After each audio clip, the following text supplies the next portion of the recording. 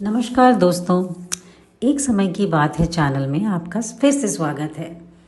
हम आपके लिए एक मोटिवेशनल कहानी लेकर आए हैं।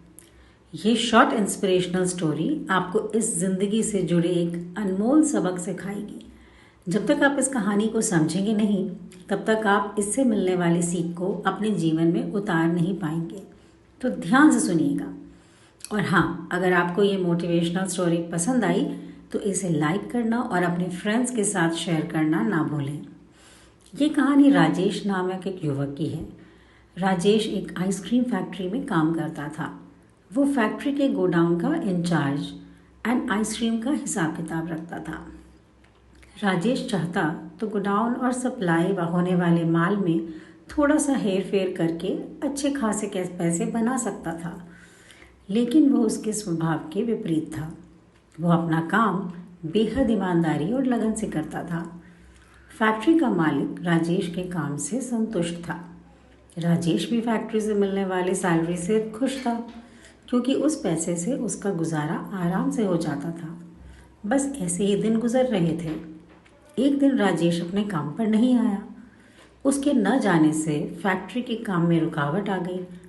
न जाने क्यों उस दिन फैक्ट्री का मालिक राजेश के बारे में काफ़ी देर सोचता रहा। उसके मन में यह विचार आया कि यह आदमी इतने दिनों से अपना काम ईमानदारी से कर रहा है, मैंने कब से इसकी सैलरी नहीं बढ़ाई, पता नहीं इतने पैसों में उसका गुजारा होता होगा या नहीं। फैक्ट्री के मालिक ने सोचा कि अगर इस आदमी की सैलरी बढ़ा दी जाए तो ये और मेहनत व लगन से काम करेगा। फैक्ट्री का मालिक भी सेंसिटिव इंसान था। उसने राजेश की सैलरी बढ़ा दी। राजेश को जब महीने के आखिर में बढ़े हुए पैसे मिले तो वो हैरान रह गया, लेकिन वह बोला कुछ नहीं।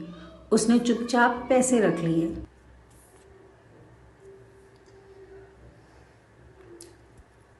इस बारे में ना तो राजेश ने फैक्ट्री मालिक से कुछ कहा और ना ही फैक्ट्री के मालिक ने उससे इस बारे में कोई बात की। धीरे धीरे बात आई गई हो गई। ऐसे ही 3 महीने गुजर गए। एक दिन राजेश फिर से काम से गैर हाजिर हो गया।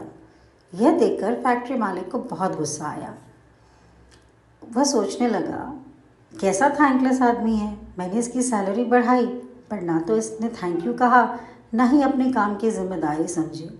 इसकी सैलरी बढ़ाने का क्या फ़ायदा हुआ, यह आदमी सुधरेगा नहीं। और उसी दिन फैक्ट्री मालिक ने राजेश की बढ़ी हुई सैलरी कम करने का फ़ैसला कर लिया।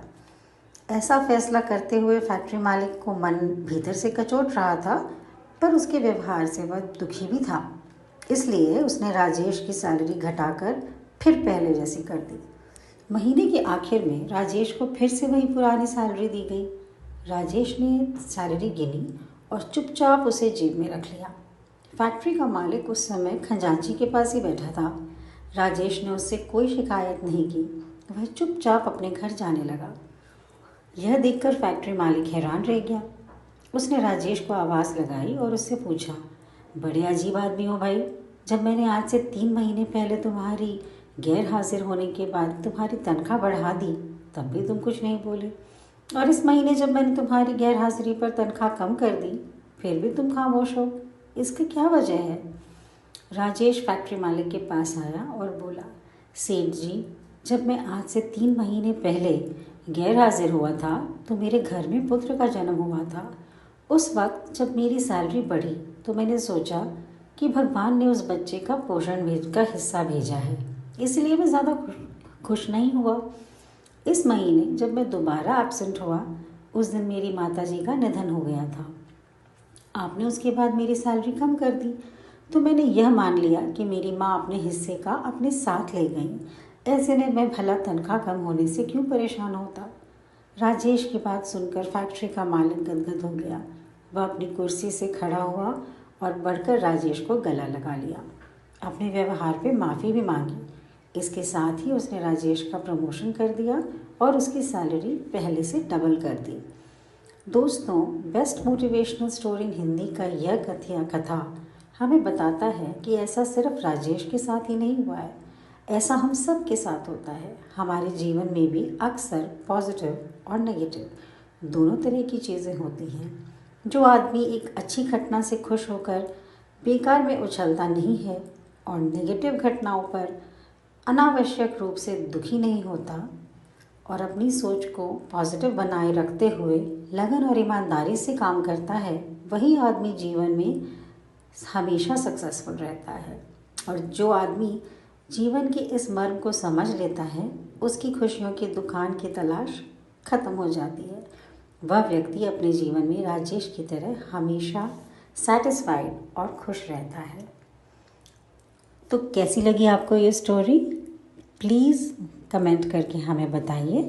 And thank you for listening. Please share and subscribe.